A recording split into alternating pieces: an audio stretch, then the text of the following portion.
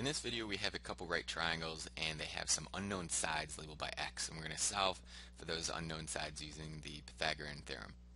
So the Pythagorean theorem is written down here. It's a squared plus b squared equals c squared. And a and b are both of the legs. So the legs are the sides of the right triangle that are coming from the 90-degree angle right here. The hypotenuse is going to be c. That's across from the 90-degree angle, and that's what our equation is set equal to. We got to square the hypotenuse. Over here we have two different types of problems. The first one, we're going to solve for the unknown hypotenuse. So all we do is take the leg values, which is going to be 52.5 and 31.2, square them and add them together. So here we have them being squared and added together. And then our equation is set equal to the hypotenuse, which is going to be squared. So we take our x, which is the hypotenuse, and we square it. So now I'm going to actually square my two numbers here. After the squared, I'm going to add them together. And now I'm left with this. But I need to get the value of x, not x squared. So to undo the x squaring, I have to take the square root of both sides. Just like that.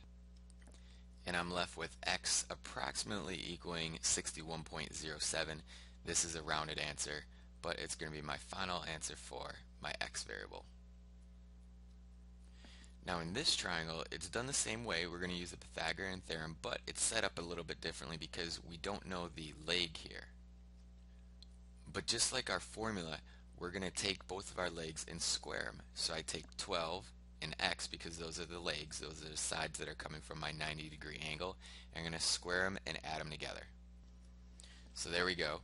And then it's going to be equal to our hypotenuse squared. So our hypotenuse is 20. That's the side that's the longest in our triangle, and it's also across from 90-degree angle. So I square 20, and this is going to be the equation that I need to solve. So just like the above, my next step is going to be squaring all this. So now I have x squared plus 144 equals 200. I need to get x squared by itself, so now I have to take away 144 from both sides. This cancels out. And now I'm left with x squared equals 256. To undo the squaring, I have to take the square root of both sides. And I'm left with a final answer of x equaling 16. So those are the two type of problems that you could do when solving for missing sides of a right triangle. You either have to figure out what the hypotenuse is, so you square both the legs and set them equal to the hypotenuse squared, or you need to find one of the legs, and in that case you set it up like this equation.